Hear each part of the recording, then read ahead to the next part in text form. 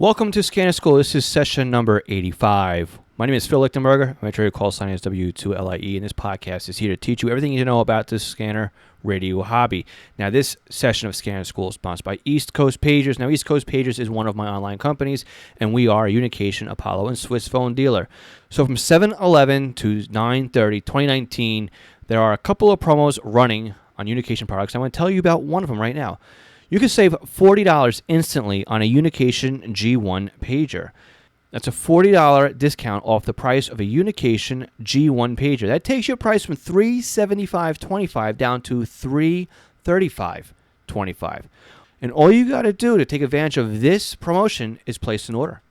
So contact us right now at eastcoastpagers.com or email me directly, phil@eastcoastpagers.com, so I can get you or your department a custom quote on a new G1 pager. Again, that's eastcoastpagers.com. Welcome to The Scanner School, a podcast dedicated to the scanner radio hobby. Class is about to begin. Here is your host, Phil Lichtenberger. So again, welcome back to Scanner School. If this is your first time here, do me a favor, why don't you take your phone out of your pocket, wherever it is the device you're using, and hit the subscribe button. This way you keep getting Scanner School delivered to your device. Now, if you're listening online using your desktop computer or a mobile or a laptop, you can go ahead and subscribe to our newsletter, and we'll let you know each week when a new podcast episode comes available. So this is a Ask Scanner School session where I answer your questions. You can either email me, leave me a phone voicemail, or use our SpeakPipe to leave me a recorded message as well. Now, if you do leave a voicemail or use our SpeakPipe, you can be in the running to win a free consulting call, which is up to an hour in length. And the typical value on this is $47 for the hour time frame. Now, if you want to just book a consulting call, you can do so on going to scannerschool.com/consulting. But you can win one for free, which is what somebody is going to do by the end of this podcast this week.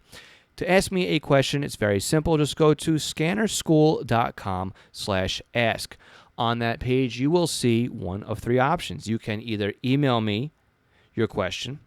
You can leave us a voicemail on our telephone line at 516-308-2885. Now, again, this number is on the website as well. Or if you go to scannerschool.com/ask, you just press the SpeakPipe button, and you can leave me a message using any device with a microphone. So an iPod, iPad, your cell phone, your desktop, or your tablet, or your mobile computer. As long as it's got a microphone, you can leave me a message. Now, if you leave me a voicemail using the phone or SpeakPipe, you're in a running for a free consulting call. And again, we have one person will win that by the end of this podcast session. So with that, let's go right into the questions for the week. We'll start off with 2 questions that came in via email, and then we'll wrap it up with the 3 questions that came in via our SpeakPipe and our telephone voicemail number. So our first question comes in from Dylan. Dylan asks, what is a good antenna for a base antenna where the antenna needs to stay inside? So we need to look at a couple of things. We got to fill in the blanks here to try and give you the best answer here. So one of the things that I would need to know is how much room do you have to hide this antenna or to keep it indoors? Whether you want to keep it out in the open or you want to hide it away or you want something that's got a very small footprint. And also, what bands are you looking to monitor? Are you looking to just monitor 800, maybe just VHF or UHF? So depending on those types of answers to those questions, it would dictate what type of antenna that we would recommend to you. But let's look at this as a general topic, because this really is the kind of topic that deserves its own podcast, to be honest with you. And this is definitely a topic I have on my list of things that I would like to talk about in future podcast episodes. So it is going to be a really short answer, and we'll build on this type of question when we look at more antenna restrictions on an upcoming podcast. So let's just talk about antennas in general really quick. Now, the typical antenna that we use for scanning is normally a disc cone antenna. Now, a disc cone antenna works equally poor over a wide area of frequencies. And we use disc cone antennas just for that reason. It works well on low band, VHF, aviation, UHF public safety, 700-800 megahertz up to a gig. And for those of us who are amateur radio operators, we can even use those to transmit on 6 meters, 2 meters, 440, even up to a gig. So The thing with a disc cone antenna, though, is it is wide and it is a little bit tall. What I have in my house is the very first antenna that I set up for my scanner is a disc cone antenna, and I mounted it in my attic. Basically, what I did was I just assembled it in the attic, and I just stood it up, and it stands on its radials. I tucked it over to a corner of the attic where it just fit in there, and it needs probably about 4.5 feet, maybe 5 feet to be fully deployed up there. And I ran the coax line down the chase where the vent pipe is for the plumbing, because typically you have a little bit of a gap between where the the sills and all that stuff kind of meet. I'm probably using the wrong terms here, but there is a space around the framing, basically is what I'm trying to say, where the vent pipe is, and it could be enough room just to snake some coax down. So anyway, a disc cone antenna is a good solution because it covers a wide range of frequencies. There's really no gain in it, but it's a good scanner antenna. Now, the antenna that I use for disc cones are the one I recommend is a Diamond D130NJ. Now, you can find a short link to this, and it's our affiliate link by going to scannerschool.com/D130NJ. We'll also put a link to this in the session notes at scannerschool.com/session85. The other question really is, how much room do you have? Because if a disc cone is going to be too big and bulky and you don't have attic space, you don't want to tie up an entire closet for this, you don't want to hang it out in the middle of the room. Well, the other options are to put a mag mount antenna on something that's metallic. So if you want to get basically the Spectrum Force mobile antenna, which is one that I recommend, again, Scanner Master sells it. You can buy it online, going to scannerschool.com/scannermaster. We'll also put a link to it in the session notes, and we'll probably make a link for scannerschool.com/Spectrum Force. But anyway, it's a mag mount antenna, and if you mount it to a cookie sheet, the top of your refrigerator, an air conditioner, as long as it's got a magnetic area that it can stick to, because it needs to see itself as a mirror through a metal object. So that would be another great way of putting an antenna inside where it can almost become hidden, because if you have it on an area that's metallic, or you go, like I said, you can kind of put it off to a corner on top of a bookcase, something like that. So it may just disappear on you. So those are two options. Again, really short and brief answer to this question because there are a couple of unknowns here, but those would be the very first two things I would look at. Now, again, where things are a little bit different. I mean, when I was growing up at my parents' house, we had a sailboat antenna in the attic. We used that for VHF. That's an option as well. You can even hide Yagi antennas up in attic spaces, and those are directional. So there's a couple different ways you can go with it. But, long and short of it, if you're trying to hide an antenna in plain sight, a mag mount antenna on a cookie sheet, on top of your refrigerator, on top of the air conditioner is a really good way of keeping an antenna inside. Put it near a window if you can, or in the highest point of your house. So again, best of luck with this solution. And again, look forward to having this as a full podcast in an upcoming episode. All right, so our next question comes in from Greg. Greg says, I live in Chowan County, North Carolina.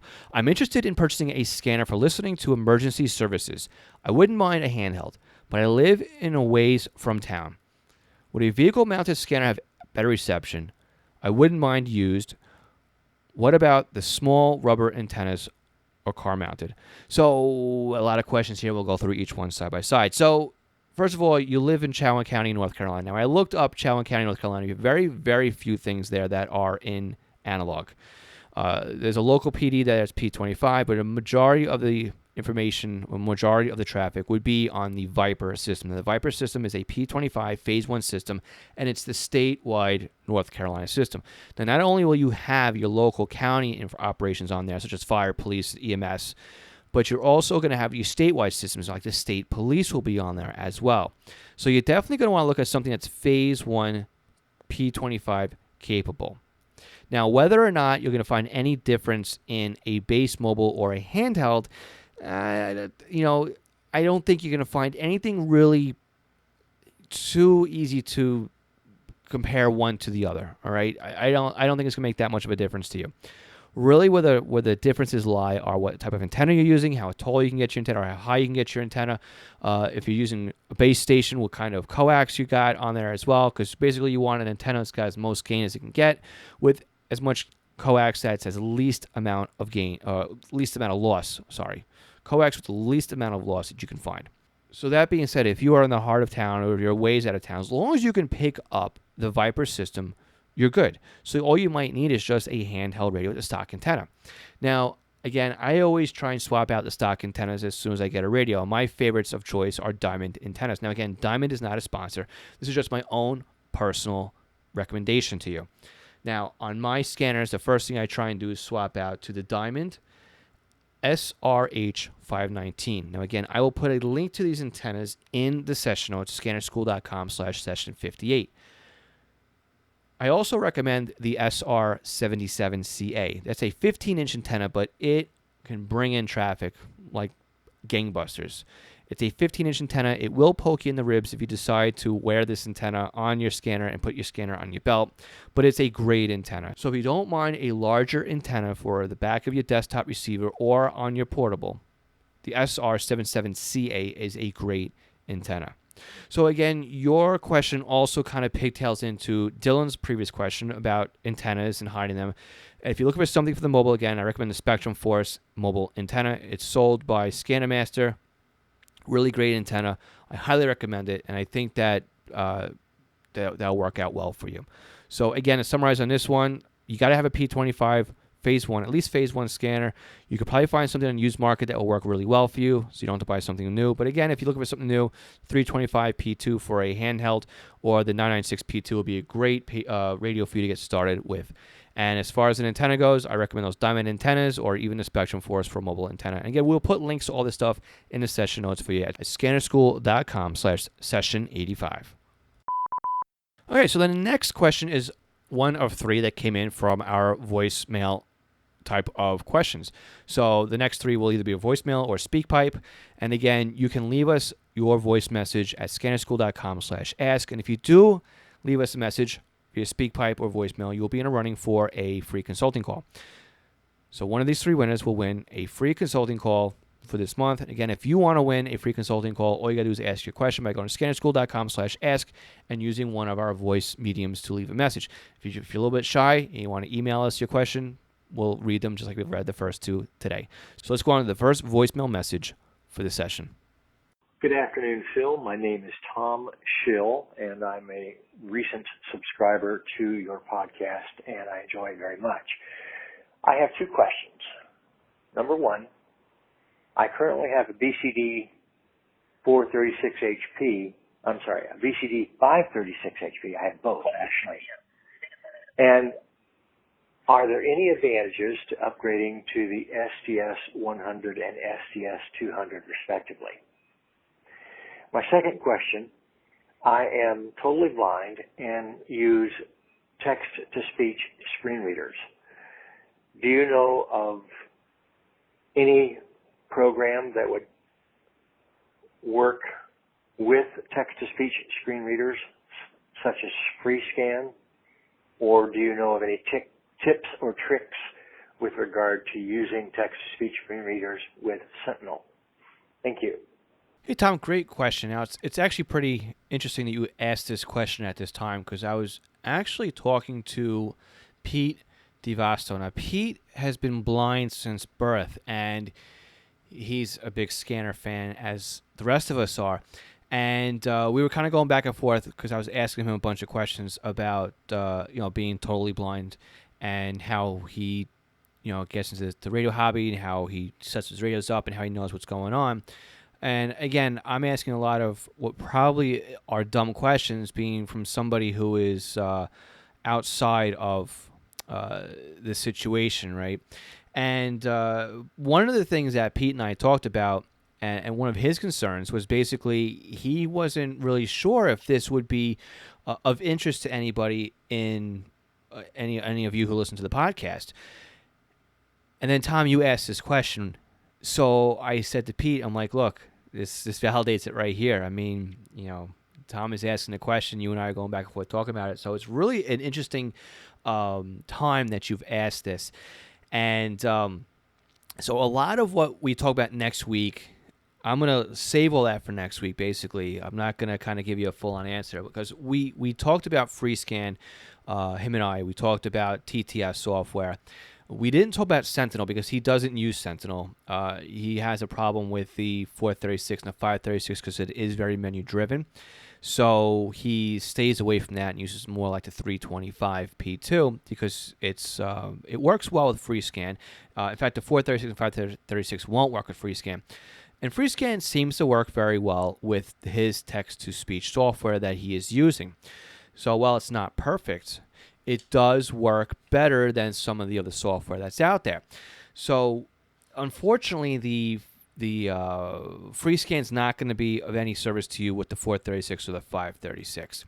Now, we'll talk more about this next week. So if you don't mind waiting an extra week on a good answer for this one, I'd like to really have Pete's conversation. I don't want to spill the beans, or so to say, but I do want to help you. Beyond that. So let's talk about the 436 and the 536 and the SDS 100 and the 200 and see if there's any benefit. So the only time you're really going to see a benefit is if you have a P25 system that's simulcast. So for example, here is I have my SDS 100 and I have a brand new trunk system that's on the county next to us, and it's a phase 25 it's a P25 phase 2 system simulcast for the entire county. Now, my SDS 100 and the SDS 200, beautiful on this system. And I'm outside the system. I'm home. I'm a county away. And the SDS 100 and 200 are working great. Well, for a while, I thought I had my TRX1 and TRX2 programmed up incorrectly because it would not pick anything up on the system. It would look like it wanted to, but it would never sync in. Then I put it into my 436. My 436 has about a 50% hit rate on any transmission that the SDS 100 picks up. Well, I also dropped it in my BCD 325 P2.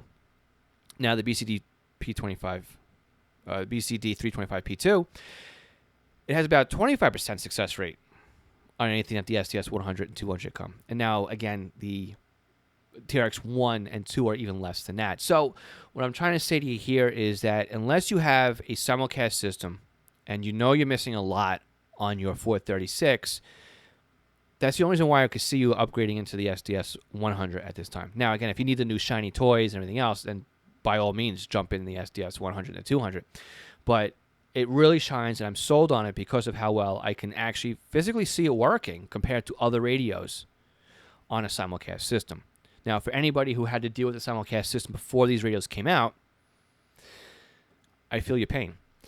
Now, the other option here, too, is, and again, you being blind, I don't know how well it'll work with a SDR, but that's another option as well if you wanted to play around with simulcast. But now we're kind of getting outside of things here. But yeah, as far as text-to-speech and FreeScan, and I can't answer for Sentinel, and Pete wasn't able to answer for Sentinel either because he doesn't use the software, but he is using it for FreeScan, and he's using his BCD 325 P2 and loves the radio. We'll talk about and listen to more about it next week on session 86. And as far as any reason to upgrade into the SDS 100, I'm going to say that if you need simulcast, that's definitely a win for you right then and there. All right, thanks again, Tom, for asking your question, and good luck in a couple minutes when I pick the winner for the consulting session. Hey, Phil, how's it going? Name's Lou. I live in Fairfield County, Connecticut. Question I have for you, and I'm trying to figure it out. I've been scanning for a while. I have good experience with scanners. I'm mainly a Uniting guy, and what I'm looking to do is start programming amateur radio DMR, and I can't figure it out. I know there's an easy way, but I want everything. I want to be able to travel and monitor. I'm getting really into amateur radio. I'm planning on taking my test soon, and I just like listening to get a feel for what goes on the air, and especially I'm interested in DMR. So any help would be awesome because there's not much information out there. I did find something on Radio Reference, but it's pretty crazy. I'm still trying to figure it out, and I know you're a pro at giving things in layman's terms, and I really appreciate what you do there. Thanks. Hey, Lou, this is a really, really great question and something I never really thought about before in the past. And since you've asked this question, I immediately went and reached out to Kenneth Fowler. He's actually one of our Patreon supporters, and he is also friendly with Pete, who we're going to have on next week. Now, Ken is an amateur radio operator, and he actually runs a scanner radio net on DMR. So I'm like, he's the perfect guy to ask this. So I actually hit him up with the question, look for an answer. I was hitting him with a couple of things, and we're actually going to have him on as a guest in an upcoming episode, probably sometime next month. I'm actually recording the episode with him next Sunday if everything falls into place still. So DMR reception on your scanner for amateur radio is pretty straightforward because it is a Tier 2 network, I believe it's a Tier 2, and which means it's not trunking, it's conventional. Now, all you have to do is know the local DMR repeater that's in your area. You set up your scanner for a wild card for the time slot and a wild card for the talk group. This way, any talk group that comes out of the repeater, you can receive it on your scanner. Very easy, very straightforward.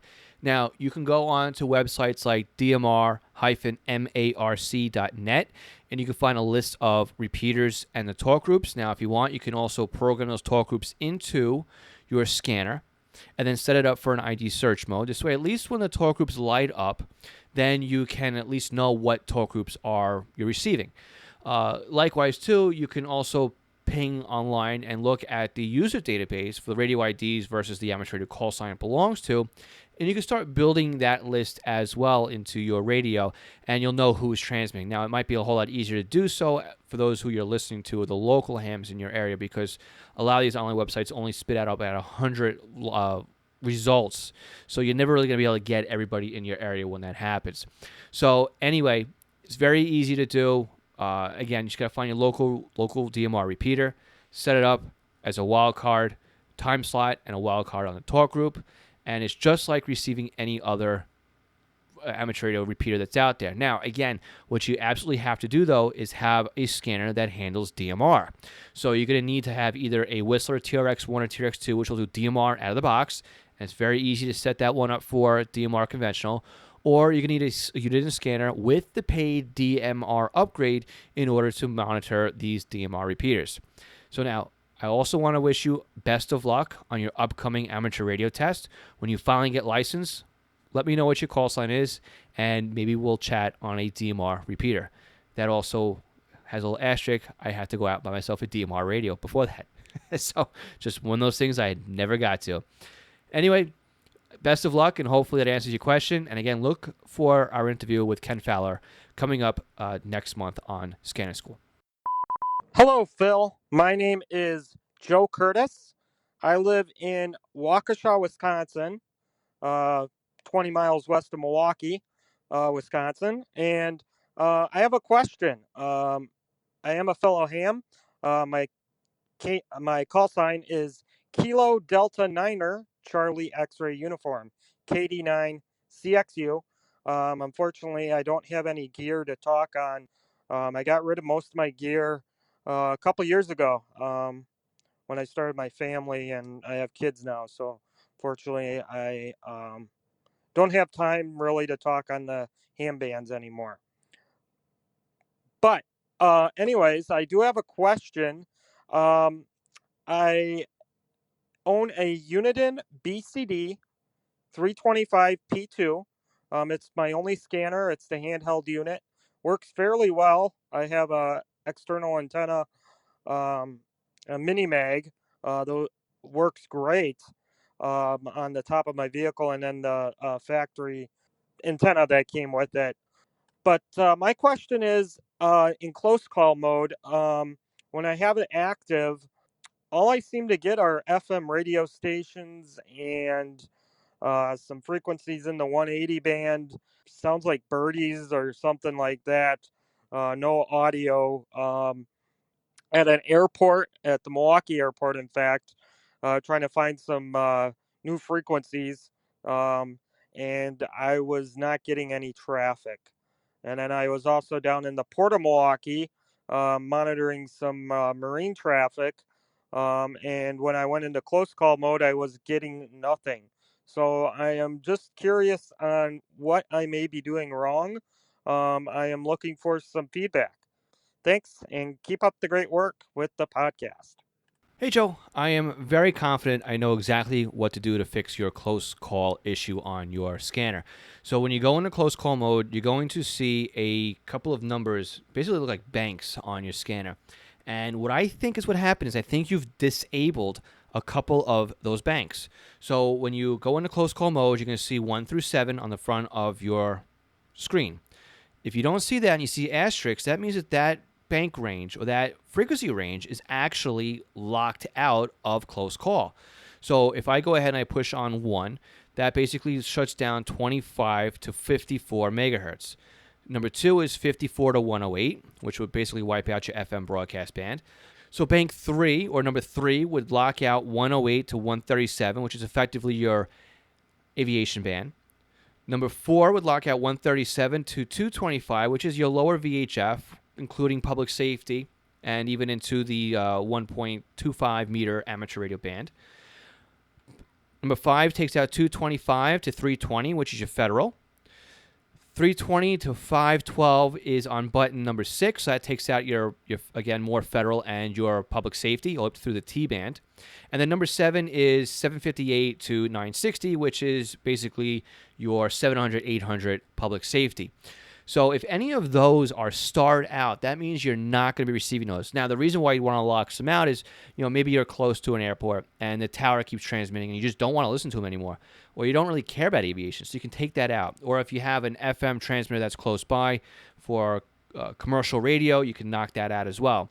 So that's why things are broken down. And I'm very confident that that's what is wrong with your scanner, is the fact that you've just got these banks turned on and turned off. And really, you should just have them turned off, right? And turn them back on. So that's how you would do it. Very simple fix. And again, make sure too that your attenuator is not turned on the scanner. Make sure that if you're using an external antenna, that it's a decent antenna that's up high. It's not broken. It's not in a million pieces. Didn't fall apart. Make sure that your coax is not kinked or is connected. And finally, too, if you have the antenna on the top of the receiver, make sure that bayonet connection at BNC is completely down and twisted so that you have a good solid connection. You got to make sure you turn that bayonet mount so that things line up properly. I've actually seen people who complain that they don't have any reception and they didn't twist the BNC. So with that said, it should be a very simple, very easy fix. Should take you just a couple minutes to go through it. And let me know if that was the issue with your scanner. And if not, we will continue to go through it even further. So with that, that's all of the questions that we had for the week. So now let's go ahead and find out who's going to be the winner of the free consulting call. All right, so let's go ahead and pick a random winner here. Let me go ahead and let the sound effects do their little magic as we stress this out and make this just a little bit more dramatic than it really has to be. All right, I think that's long enough. All right, so the winner of this month's Ask Scanner School free consulting call is Mr. Lou. Lou, congratulations on winning this month's free consulting call. And we will be in contact, or you can contact me, phil@scannerschool.com, and we will arrange of your 1 hour or up to 1 hour consulting call. Now, if you'd like to win your own consulting call, you just go to scannerschool.com/ask and submit a question via SpeakPipe or a voicemail number, and that'll get you in the running for next month. So don't wait. Do it now before you forget, because you don't want to go another month goes by and say, oh, I forgot to do it. So, again, it's a free consulting call up to an hour. It's got a $47 value attached to it. My consulting fees aren't really that expensive, especially when you figure out that you're going to have me for about an hour. Now, if you want to just pay for the hour, that'd be great too. Go to scannerschool.com/consulting, and you can book your appointment right there on the website for a date and a time that works best for us. No emails back and forth. My calendar is right there. You just pick the day, the time, boom, email is sent, and I approve it. And PayPal handles the billing. So there's really a very easy and simple, pain-free way of booking a consulting call with me. So with that, I want to thank everybody who has asked their question this week. I want to remind you all that this session is sponsored by EastCoastPagers.com, and Scanner School is copyright 2019 by Monitor Long Island, Inc. Now, before we go, I also want to thank our continued Patreon supporters. And they are Stephen Sheffield, Scott Vorder, Signals Everywhere, Craig Harper, Ken Newberry, Kenneth Fowler, William Arcand, Dan, Glenn Bryden, Anthony Saggio, Raymond Hill, James Spelling, MT Bono, and Mark Beebe. I want to thank each and every single one of you for your continued monthly contribution to help keep Scanner School going. Now, There's other ways that you can help support Scanner School, and these are ways that don't even cost you anything. If you're a huge Amazon shopper like I am, and I buy everything off of Amazon basically, including my groceries, go to scannerschool.com/support and click on the Amazon link before you go ahead and start your shopping trip with Amazon. And we will earn a Amazon Associates fee for anything that it is that you buy, from your toilet paper to your travel mugs to anything else out there that it is that you might buy on Amazon. Now, if you're in the market for more hardware for your scanner, antenna, coax, we recommend Scanner Master, and you can use our affiliate links on our support page or by simply going to scannerschool.com/scannermaster. Finally, we definitely love Butel software, and I recommend it to anybody who is looking for quality software to program your scanner. Go to scannerschool.com again /support or scannerschool.com/Butel. Again, if you use that link, we do earn a commission on the sales. And I want to thank everybody who has been purchasing using our affiliate links. It certainly helps keep us going. So I want to say thank you, because it does cost us a little bit to keep monthly hosting and keep the podcast stuff going and everything else. So thank you very much. Again, we're not getting rich off of this. Everything is being recycled into the podcast, so it just takes the expense out of it for me. So with that, I want to say thanks again. Make sure you listen next week, because next week is a really, really interesting podcast. We have Pete on. Now, again, Pete is totally blind, and he is a big scanner nut like the rest of us. So we're going to learn how Pete, again, who's been blind since birth, understands how it is that he has his scanner set up, how he knows how he's programming his radio, because he programs everything himself. It's unbelievable listening to this story. So again, next Tuesday, that one drops. And until then, I want to say thank you so much for everybody who's listening. Again, subscribe to our podcast. Just click that subscribe button on your phone right now, or if you listen to this on your computer desktop, I know a lot of you still do it that way, and there's no problem with that. Just sign up for our email newsletter, and we'll let you know next week when the next episode drops. Catch you all next Tuesday. My name is Phil Lichtenberger. My amateur radio call sign is W2LIE, and this is Scanner School, where we are here to help you learn more about the scanner radio hobby. 73.